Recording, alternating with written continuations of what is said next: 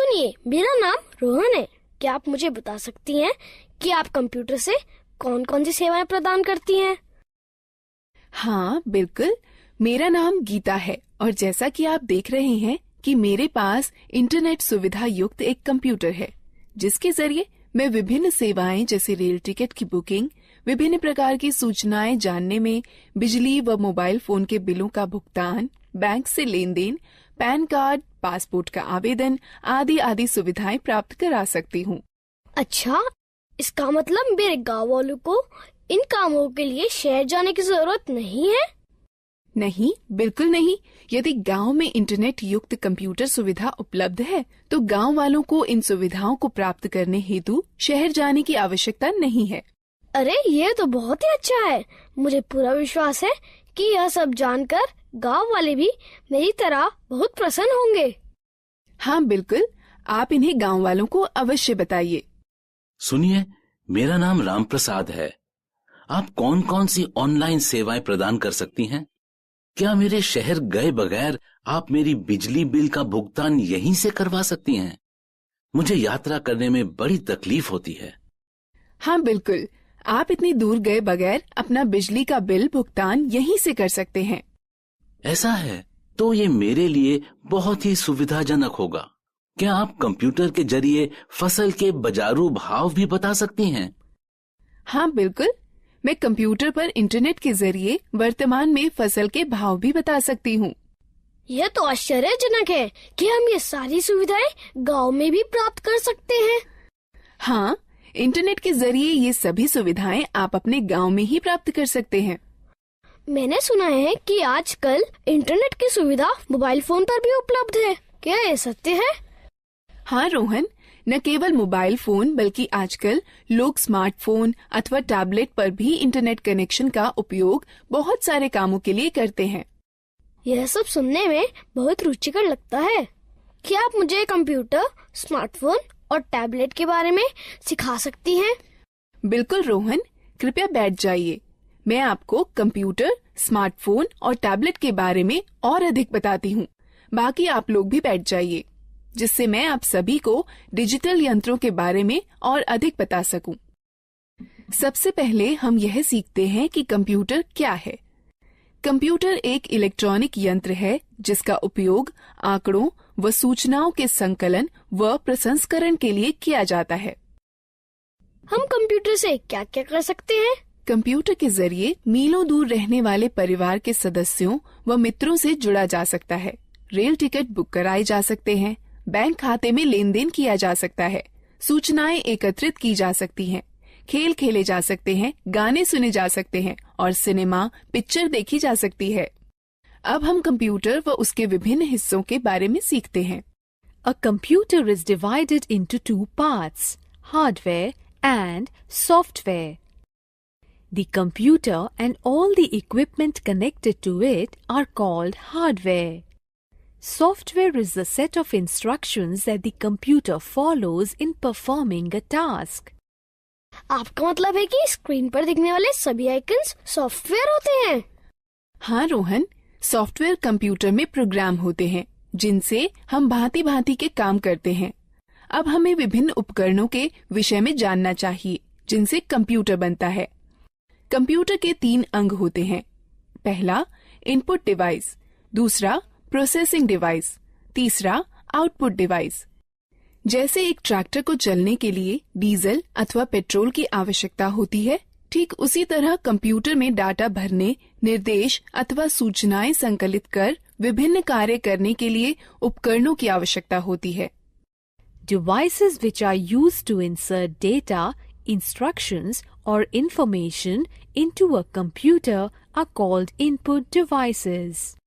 इन चित्रों को देखो, ये कुछ इनपुट डिवाइसें हैं जिनका प्रयोग कंप्यूटर में होता है। ये इनपुट डिवाइस निम्न हैं: pen drive, mouse, keyboard, CD, microphone. Keyboard और माउस प्राथमिक इनपुट डिवाइसें हैं। यह बिल्कुल टाइपराइटर के कीबोर्ड की तरह दिखता है। हाँ, इसमें कुछ अतिरिक्त बटन अवश्य है। सामान्य कीबोर्ड के बटनों के साथ इसमें कुछ अंक एवं विशेष बटन अवश्य होते हैं। क्या आप मुझे बताएंगी कि इन विशेष बटनों का प्रयोग किस लिए किया जाता है? अंक बटनों की सहायता से कैलकुलेटर की भांति कंप्यूटर में अंक भरे जाते हैं। नेविगेशनल बटन मार्गदर्शक बटन होते हैं जो मॉनिटर पर पेज देखने में सहायक होते हैं। प्रोग्राम में पेज अप बटन विषय के दिखने वाले भाग और कर्सर को स्क्रीन पर आगे बढ़ाता है। प्रोग्राम में पेज डाउन बटन विषय के दिखने वाले भाग और कर्सर को स्क्रीन पर पीछे करता है। प्रोग्राम में होम बटन कर्सर को विषय के आरंभ में ले जाता है। प्रोग्राम में एंड बटन कर्सर को विषय के अंतिम लाइन में ले जाता है। प्रोग्राम में ये तीनों बटन संपादन बटन कहे जाते हैं जो कंप्यूटर में पठनीय विषय में संशोधन करने में सहायक होते हैं। ज्यादातर लेख संपादन प्रोग्रामों इंसर्ट बटन का प्रयोग किसी लेख में शब्दों को भरने और लिखावट पर शब्दों के पुनर्लेखन में होता है। डिलीट बटन लेख संपादन प्रोग्रामों में एक एक कर अक्षर दाईं ओर मिटाता है। बैकस्पेस बटन लेख संपादन प्रोग्रामों में एक एक कर अक्षर बाईं ओर मिटाता है। ये 4 बटन किस काम के लिए प्रयोग किए जाते हैं? ये चारों बटन दिशा निर्देशक बटन कहलाते हैं। ज्यादातर लेख संपादन प्रोग्रामों में ऊपर की तरफ तीर के निशान वाला बटन कर्सर को स्क्रीन पर ऊपर की ओर ले जाता है।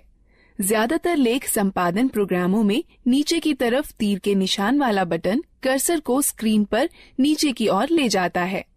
ज्यादातर लेख संपादन प्रोग्रामों में बाईं की तरफ तीर के निशान वाला बटन कर्सर को स्क्रीन पर बाईं की ओर ले जाता है। ज्यादातर लेख संपादन प्रोग्रामों में दाईं की तरफ तीर के निशान वाला बटन कर्सर को स्क्रीन पर दाईं की ओर ले जाता है। क्या तुम F1 से F12 तक के बटनों को देख रहे हो? यह बटन फंक्शन बटन कहलाते हैं।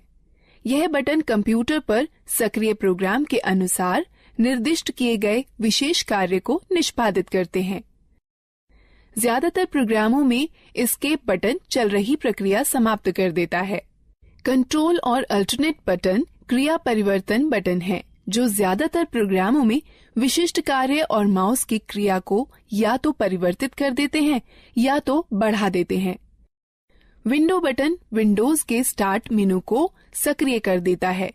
यह बिल्कुल वैसे ही होता है जैसे कि टास्क बार के स्टार्ट बटन पर क्लिक करने से होता है। अब तक हमने कीबोर्ड के विभिन्न बटनों के बारे में सीखा। अब हम माउस के बारे में सीखते हैं। माउस एक दिखाने, निर्देशन करने वाला यंत्र है जिसका प्रयोग कंप्यूटर स्क्रीन पर दिखने वाले विषय आइकन्स को इंगित कर उनसे परस्पर संबंध बनाने में होता है। आप देखेंगे कि जैसे ही माउस चलाया जाता है वैसे ही माउस चलाए जाने की दिशा में एक छोटा तीर स्क्रीन पर चलता है। इस तीर को पॉइंटर कहते हैं। पॉइंटर की सहायता से कंप्यूटर को प्रक्रिया के लिए डाटा व निर्देश उपलब्ध कराए जा सकते हैं।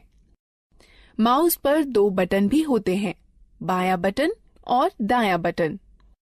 माउस के दोनों बटनों के बीच में एक घूमने वाला चक्का भी होता है, जिसकी मदद से प्रलेख या डॉक्यूमेंट और वेब पेज पर आसानी से चला जा सकता है। ये माउस द्वारा किए जा सकने वाले कुछ कार्य हैं। माउस के बाएं बटन को एक बार दबाकर स्क्रीन पर किसी प्रोग्राम को चुना जा सकता है। माउस के बाएं बटन को लगातार 2 बार बिना किसी अंतराल के दबाकर क्लिक कर किसी प्रोग्राम के अंदर प्रवेश किया जा सकता है। माउस के दाएं बटन को दबाए जाने पर इंडेक्स मेनू खुलेगा। घूमने वाला चक्का स्क्रीन पर पेज को ऊपर नीचे खिसकाने में हमारी सहायता करता है।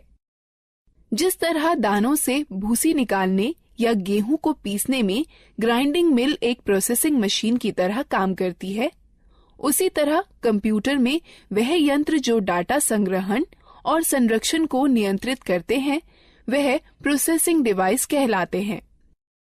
कंप्यूटर प्रोसेसर या सीपीयू प्रोसेस की जाती है, फिर कंप्यूटर की मेमोरी या आरएएम में संरक्षित की जाती है। जिस तरह दानों से भूसी निकालने या गेहूं को पीसने में ग्राइंडिंग मिल एक प्रोसेसिंग मशीन की तरह काम करती है, जिस तरह अनाज और भूसे को अलग अलग करने वाला थ्रेशर एक आउटपुट मशीन है, उसी तरह कंप्यूटर के साथ परिणाम को दिखाने के लिए जो यंत्र प्रयोग में लाए जाते हैं उन्हें आउटपुट यंत्र कहते हैं। मॉनिटर एक बहुत ही सामान्य आउटपुट यंत्र है। मॉनिटर स्क्रीन है जिसका प्रयोग आउटपुट जैसे शब्दों, अंकों व चित्रों को देखने में होता है। मॉनिटर दो तरह के होते हैं, कैथोड रे ट्यूब और flat panel display. Printer computer से प्रसंस्कृत डाटा लेता है जिसे सॉफ्ट कॉपी कहते हैं और उसे छापकर निकालता है जिसे हार्ड कॉपी कहते हैं। कंप्यूटर पर दिखने वाले किसी चित्र या लेख को सॉफ्ट कॉपी कहते हैं तथा उसी के छपे हुए को हार्ड कॉपी कहते हैं। प्रिंटर तीन तरह के होते हैं, इंकजेट प्रिंटर, लेजर प्रिंटर और डॉट मैट्रिक्स प्रिंटर। स्पीकर एक आउटपुट यंत्र जिसके द्वारा हम आवाज सुनते हैं। स्पीकर के बिना हम गाने अथवा आवाज विषयों आदि को सुन नहीं सकते। हेडफोन कंप्यूटर से आवाज आउटपुट देता है। ये स्पीकर की तरह होते हैं किंतु इन्हें कानों पर पहना जाता है, इसलिए एक समय में केवल एक ही व्यक्ति आउटपुट सुन सकता है। प्रोजेक्टर एक आउटपुट यंत्र है जिससे किसी लेख या चित्र को समतल स्क्रीन पर दिखाया जाता है। अधिकतर प्रोजेक्टर का प्रयोग सम्मेलनों में या प्रस्तुतिकरण में होता है जिसके द्वारा प्रदर्शित होने वाले कई लोग एक साथ देख सकते हैं। अब तक हमने कई तरह की इनपुट प्रोसेसिंग व आउटपुट डिवाइसों के बारे में जाना है। अब हम लोग मजेदार गतिविधि में भाग। प्रत्येक प्रश्न के लिए सही विकल्प चुनें। सही है, अच्छा प्रयास।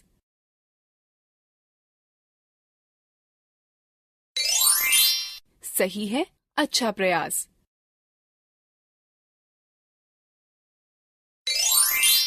सही है, अच्छा प्रयास। सही है, अच्छा प्रयास। दीदी, कंप्यूटर सारा डाटा कहाँ संचित करता है? जिस तरह तुम्हारा दिमाग बहुत सी आवश्यक चीजों को याद रखने में तुम्हारी मदद करता है, उसी तरह कंप्यूटर डाटा संचित करता है जिसे कंप्यूटर मेमोरी कहते हैं। कंप्यूटर की मेमोरी दो तरह की होती है, प्राथमिक अथवा मुख्य मेमोरी और द्वितीयक मेमोरी। मुख्य प्राथमिक मेमोरी बहुत तेज है, इसे रैम कहते हैं। इसका अर्थ रैंडम एक्सेस मेमोरी अथवा रैम होता है। कंप्यूटर की गति रैम पर निर्भर करती है। डाटा और निर्देश मुख्य मेमोरी में संचित रहते हैं, जहां से ये प्रोसेस कर रिजल्ट प्राप्त करने के लिए सीपीयू में पुनः प्राप्त किए जा सकते हैं। रैम वह मेमोरी होती है जहां सारे प्रोग्राम संचित किए जाते हैं। कंप्यूटर की गति रैम पर निर्भर होती है। कैश मेमोरी वह मेमोरी है जो रैम का अंग होती है और प्रोसेसर के बहुत पास होती है। इसका प्रयोग प्रोसेसिंग गति को सुधारने में किया जाता है।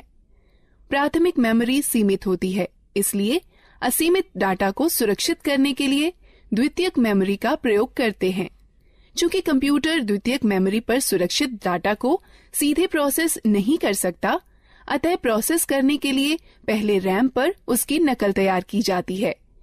ये कुछ डिवाइस हैं जो द्वितीयक मेमोरी की तरह कार्य करती हैं, पेन ड्राइव, हार्ड डिस्क और डीवीडी। तो एक कंप्यूटर डाटा को अपनी मेमोरी में कैसे सुरक्षित करता है? कंप्यूटर सभी सूचनाएं केवल दो अंकों 0 और 1 में संचित करता है। एक अकेली बाइनरी डिजिट अर्थात 1 अथवा 1 0 को बिट कहते हैं। 8 बिट्स के ग्रुप को एक बाइट कहते हैं। इस सारणी को देखो, इसमें बिट्स और बाइट्स के बीच के संबंध को दिखाता है। निर्देश जो कार्य पूरा करने और हार्डवेयर को नियंत्रित करने के लिए प्रयोग किए जाते हैं, सॉफ्टवेयर कहलाते हैं। सॉफ्टवेयर प्रोग्राम्स निर्देशों का योजनाबद्ध क्रमवार समूह है जो कंप्यूटर को निर्देशित करते हैं कि क्या करना है और कैसे करना है। सॉफ्टवेयर दो प्रकार के होते हैं, एप्लीकेशन सॉफ्टवेयर और सिस्टम सॉफ्टवेयर। एप्लीकेशन सॉफ्टवेयर वो प्रोग्राम होते हैं जो उपयोगकर्ता को कंप्यूटर में विशिष्ट कार्य को पूरा करने में मदद करते हैं। माइक्रोसॉफ्ट वर्ड और open office draw application software के उदाहरण हैं, जो प्रोग्राम कंप्यूटर हार्डवेयर से सीधे जुड़े होते हैं। सिस्टम सॉफ्टवेयर कहलाते हैं। कंप्यूटर चलाने के लिए आपको एक ऑपरेटिंग सिस्टम की आवश्यकता होती है, जो एक सिस्टम सॉफ्टवेयर है। हमारे आगे बढ़ने से पहले इस एक्टिविटी में भाग लेते हैं। प्रत्येक प्रश्न के लिए सही विकल्प चुनें। सही है, अच्छा प्रयास।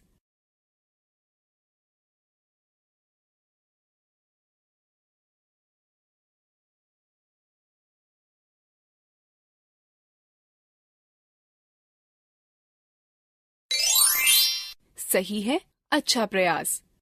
गीता, ये सब रुचिकर है।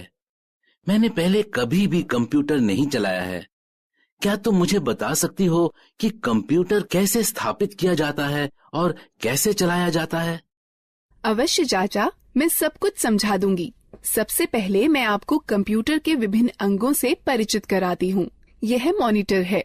यह टेलीविजन की तरह है और इसकी स्क्रीन पर आउटपुट देखा जाता है। यह सिस्टम बॉक्स है। इसमें सेंट्रल प्रोसेसिंग यूनिट अर्थात सीपीयू होता है। यह सीपीयू ही कंप्यूटर का मुख्य दिमाग होता है। यह कीबोर्ड और माउस हैं। यह दोनों इनपुट डिवाइस हैं, जिसके द्वारा कंप्यूटर में डाटा भरा जाता है। कंप्यूटर को जोड़ने के लिए सबसे पहले उसे मेज पर रखिए। तब सिस्टम बॉक्स के बगल में मॉनिटर रखिए। सिस्टम बॉक्स के पीछे का भाग देखिए। इसमें विभिन्न डिवाइसें जोड़ने के लिए खांचे बने हैं, जिन्हें पोर्ट कहते हैं। अब इस तरह से मॉनिटर सिस्टम से जोड़ा जाता है। सिस्टम बॉक्स वीडियो पोर्ट को वीजीए पोर्ट कहते हैं। इससे मॉनिटर को जोड़ने वाले तार को वीजीए केबल कहते हैं। वीजीए केबल के एक सिरे को सिस्टम के वीजीए पोर्ट से तथा दूसरे को मॉनिटर से जोड़ा जाता है।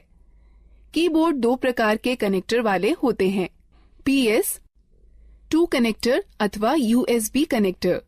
कीबोर्ड को कनेक्ट करने के लिए उसके कनेक्टर को सिस्टम के उपयुक्त पोर्ट में जोड़ा जाता है।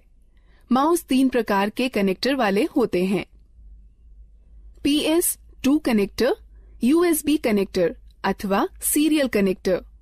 माउस को कनेक्ट करने के लिए उसके कनेक्टर को सिस्टम के उपयुक्त पोर्ट में जोड़ा जाता है। उसी तरह यदि आप प्रिंटर को जोड़ना चाहते हैं तो उसके कनेक्टर, जो इन दो में से किसी एक प्रकार का हो सकता है, समानांतर पोर्ट अथवा USB पोर्ट को सिस्टम के उपयुक्त पोर्ट में जोड़ दें। अब हम कंप्यूटर को बिजली के मेन बोर्ड से कैसे जोड़ सकते हैं? कंप्यूटर 2 बिजली सप्लाई के तारों के साथ आता है। एक बिजली सप्लाई तार को सिस्टम यूनिट के बिजली सप्लाई प्लग में तथा दूसरे तार को मॉनिटर के पोर्ट से प्लग करें। उसके बाद दोनों तारों को बिजली के पोर्ट से या UPS से जोड़ें। क्या आप हमें दिखा सकती हैं कि कंप्यूटर को कैसे जोड़ते हैं? बिल्कुल। कंप्यूटर चालू करने के लिए निम्न कार्यवाहियों का अनुसरण करें। पहले सिस्टम यूनिट व मॉनिटर दोनों की बिजली सप्लाई चालू करें। तब सिस्टम यूनिट का पावर बटन दबाकर उसे चालू करें व मॉनिटर का पावर बटन दबाकर उसे चालू करें। अब कुछ क्षण इंतजार करें और देखें कि मॉनिटर पर डिस्प्ले आने लगा है। इसे बूट स्क्रीन कहते हैं। धीरे धीरे सभी सॉफ्टवेयर लोड हो जाएं तो कंप्यूटर प्रयोग के लिए तैयार है। धन्यवाद गीता। पहली बार न केवल कंप्यूटर को देखा है बल्कि उसे चालू करना भी सीखा है। हाँ, कंप्यूटर के विषय में यह सब बताने के लिए धन्यवाद दीदी। अब क्या आप हमें मोबाइल फोन व टैबलेट के बारे में भी बता देंगी? बिल्कुल रोहन, मैं तुम्हें सिखाऊंगी कि मोबाइल फोन व टैबलेट कैसे चलाते हैं। हाँ, मैं भी इन चीजों के बारे में सीखना चाहता हूँ। पहले हम मोबाइल फोन व टैबलेट के विभिन्न अंगों, कार्यों व उपयोगों के बारे में जानते हैं। जैसे आप जानते हैं कि बेसिक मोबाइल फोन एक ऐसा यंत्र है जिससे आप कॉल कर सकते हैं, कॉल प्राप्त कर सकते हैं व मैसेज लिखकर भेज सकते हैं व प्राप्त कर सकते हैं। आधुनिक मोबाइल फोनों में कई तरह की विशेषताएं होती हैं, जैसा कि इंटरनेट, खेल, कैमरा, वीडियो गेम और मार्ग निर्देशन प्रणाली। यह फोन स्मार्टफोन कहलाते हैं। कुछ मोबाइल फोनों में 2-2 सिम कार्ड एक साथ ही फिट हो जाते हैं। इन्हें डुअल सिम फोन कहते हैं। फोन के विभिन्न अंगों को देखें।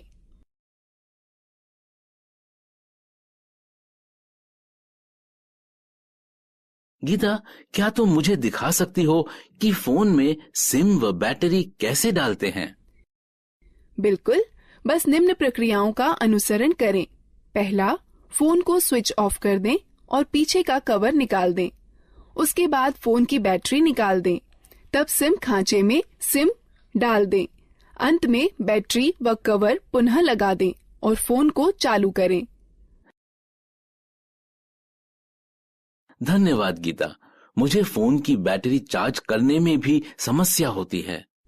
चिंता न करें, बस निम्न प्रक्रियाओं का अनुसरण करें।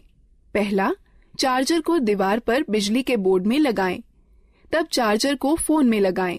कुछ समय बाद जब मोबाइल बैटरी फुल दिखाए तो पहले चार्जर को फोन से निकालें, फिर दीवार से निकालें। मैं आपको सिखाती हूँ कि फोन के बटनों को लॉक व अनलॉक कैसे किया जाता है। हमें बटनों को लॉक क्यों करना चाहिए? चाचा, जब आप लंबे समय तक फोन का प्रयोग न कर रहे हों तो उसे लॉक करके रखना अच्छा होता है। इसकी यह प्रक्रिया है। फोन लॉक करने के सिलेक्ट मेन्यू पर जाइए और स्टार बटन दबाइए। अब ये लॉक कैसे खुलेगा? इसे खोलने के लिए फोन का अनलॉक बटन दबाइए और तब स्टार बटन दबाइए। मेरे पास ये नया मोबाइल है और मुझे यहाँ तक नहीं पता है कि इसकी विशेषताएं कैसे देखें। आप अपने मोबाइल की विशेषताएं देखने के लिए पहले मेनू आइकन छुएं या मेनू बटन दबाएं, जिससे फोन के सारे फीचर दिखाई पड़ने लगेंगे। और पीछे जाने के लिए पीछे आइकन को छुएं या बटन को दबाएं। पुनः आरंभ में जाने के लिए होम आइकन को छुएं या बटन को दबाएं। बेसिक फोन अथवा टच स्क्रीन फोन रिंगटोन घंटी बदलने के लिए निम्न प्रक्रिया अपनाएं। बेसिक फोन के लिए पहले मेनू चुनें, फिर सेटिंग, तब टोन चुनें और फिर खिसक कर रिंगटोन पर जाएं। तब गैलरी खोलने के लिए खिसक कर गैलरी पर जाएं, जहां पर कई रिंगटोनों की सूची दिखाई देगी। अब आप अपनी इच्छा अनुसार टोन का चयन कर सकते हैं। टच स्क्रीन फोन रिंगटोन बदलने की प्रक्रिया। पहला, होम आइकन को छुएं, फिर मेनू आइकन को छुएं, फिर पर्सनलाइजेशन सेटिंग्स आइकन को छुएं, फिर सेटिंग आइकन को छुएं, फिर प्रोफाइल सेटिंग आइकन को छुएं। तब रिंगटोन या नोटिफिकेशन रिंगटोन आइकन को छुएं। तब रिंगटोन की सूची में खिसक कर अपनी इच्छानुसार रिंगटोन चुनें। तब ठीक ओके आइकन को छुएं। मैं अपने फोन में अलार्म सेट करना चाहता हूँ। क्या सुबह जल्दी अलार्म सेट करने में आप मेरी मदद कर सकती हैं? निम्न प्रक्रिया से आप स्वयं कर सकते हैं। बेसिक फोन के लिए पहले मेनू में अनुपयोग चुनें, फिर अलार्म घड़ी, उसके पश्चात अलार्म का समय सेट करके सेव चुनें, फिर खिसक कर रिंगटोन पर जाएं। यदि आप अलार्म को दोहराना चाहते हैं तो चयन के विकल्प में जा दोहराना, फिर दिनों का चयन कर संपन्न चुनें।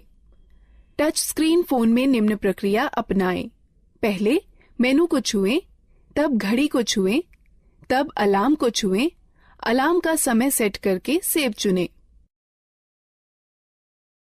दीदी, क्या आप हमें टैबलेट के बारे में बता सकती हैं? हाँ जरूर, मैं अभी बताने ही वाली थी। टैबलेट एक कॉम्पैक्ट डिवाइस है जो एक स्मार्टफोन अथवा एक लैपटॉप अथवा कंप्यूटर की तरह है।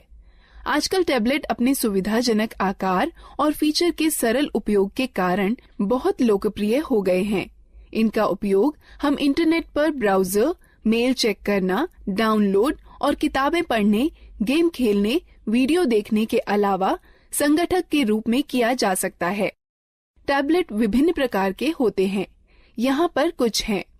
बुकलेट टैबलेट पीसी का सबसे सरलतम रूप है, जो किताब की तरह दिखता है। इस डिवाइस के दोनों तरफ डिस्प्ले होता है और इसकी कार्यप्रणाली दोनों तरफ छूने से कार्य करती है। यह हस्तलेख को पहचानने वाला सॉफ्टवेयर होता है, जो तुम्हें स्क्रीन पर वैसे ही लिखने की अनुमति देता है जैसे कि आप पेपर पर लिख सकते हैं। स्लेट सबसे साधारण और सबसे ज्यादा पाया जाने वाला टैबलेट पीसी है, जो अधिकतर मनोरंजन के लिए, फिल्म देखने के लिए, इंटरनेट चलाने के लिए, वीडियो देखने, वीडियो कॉल करने और दोस्तों के साथ चैट करने के लिए प्रयोग किया जाता है। कन्वर्टेबल टैबलेट लगभग पारंपरिक लैपटॉपों की तरह के ही होते हैं। इसमें बस एक बड़ा फर्क यह होता है कि इनसे टच स्क्रीन डिस्प्ले होता है, जिसे 180 डिग्री तक घुमाया भी जा सकता है। हाइब्रिड टैबलेट में स्लेट और कन्वर्टेबल टैबलेट दोनों की सबसे अच्छी विशेषताएं सम्मिलित होती हैं। हाइब्रिड टैबलेट अलग हो सकने वाले कीबोर्ड के साथ आते हैं, जो कि दिए गए स्लॉट के जरिए स्लेट पीसी में जोड़कर टैबलेट पीसी में बदले जा सकते हैं। एक रग्ड टैबलेट उन उपयोगकर्ताओं के लिए अच्छा है जो कठिन वातावरण परिस्थितियों में कार्य करते हैं। इनके अंदर की हार्ड ड्राइव झटकों को सहन करने वाली और इनका सुरक्षात्मक कवच इन्हें काफी टिकाऊ बनाता है। यह एक बात आपके लिए ध्यान में रखना अति आवश्यक है कि प्रथम बार इनका उपयोग करने से पूर्व इनकी बैटरी को कम से कम 6 से 7 घंटे चार्ज करना चाहिए, जब तक कि बैटरी पूर्ण रूप से चार्ज न हो जाए। हम बैटरी कैसे चार्ज करते हैं? इन चरणों का अनुसरण करो। पहला, केबल को चार्जिंग हेड में लगाएं और प्लग को स्टैंडर्ड एसी पावर में लगा दें। डिवाइस अपने आप चार्ज होने लगती है। डिवाइस के पूरा चार्ज होने के बाद चार्जर को प्लग से हटा देना चाहिए। डिवाइस में ऊर्जा संरक्षण हेतु पावर सेव बटन को दबाकर स्क्रीन को बंद किया जा सकता है। स्क्रीन को पुनः चालू करने के लिए यह प्रक्रिया दोबारा करें। डिवाइस को बंद करने का सही तरीका क्या है? जब आपको डिवाइस बंद करनी हो तो निम्न चरणों का अनुसरण करें। पहले, पावर बटन को कुछ क्षण के लिए दबा कर रखें। तब टैबलेट को बंद करने के लिए मेनू खुलने पर दिखाई देगा। तब पावर ऑफ पर टच कर डिवाइस को बंद करें। एक टैबलेट की होम स्क्रीन एप्लीकेशन फंक्शन मेनू के लिए स्टार्टिंग पॉइंट है। आप अपनी होम स्क्रीन को एप्लीकेशन आइकन्स शॉर्टकट फोल्डर को जोड़ करके कस्टमाइज कर सकते हैं। अतिरिक्त डिस्प्ले स्क्रीन के लिए स्क्रीन को दाएं अथवा बाएं खिसकाएं। तो तुमने सीखा कि कैसे लैपटॉप, कंप्यूटर, मोबाइल फोन और टैबलेट को इस्तेमाल करते हैं। अब हम इस प्रक्रिया में भाग लेते हैं। प्रत्येक प्रश्न के लिए सही विकल्प चुनें। सही है, अच्छा प्रयास।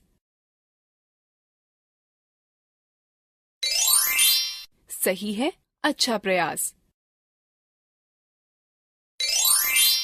सही है, अच्छा प्रयास। सही है, अच्छा प्रयास।